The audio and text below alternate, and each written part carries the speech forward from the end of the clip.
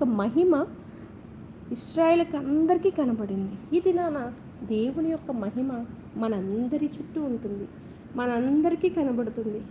కానీ ఆ ప్రత్యక్షతను చూచి కష్టం వచ్చినా, నష్టం వచ్చినా, శ్రమ వచ్చినా, ఏది వచ్చినా సరే మోషే, అహరోనులు, యెహోషువయు ఎలాగ దేవుని వైపు ఆధారపడినారో అదే రీతిగా ఈ దినాన ఆనాడున్న దేవుడు ఈనాడు కూడా ఉన్నారు.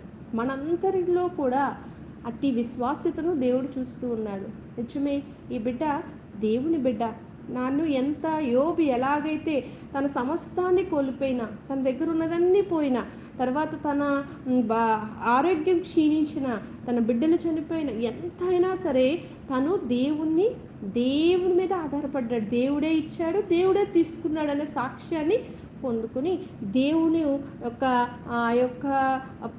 పరీక్షా సమయంలో, ఆ యొక్క సాతాను యొక్క పరీక్షాకాల సమయంలో ఆయన ఉత్తీర్ణత విజయాన్ని పొంది అంతకు ముందు కంటే రెండంతల ఆశీర్వాదాన్ని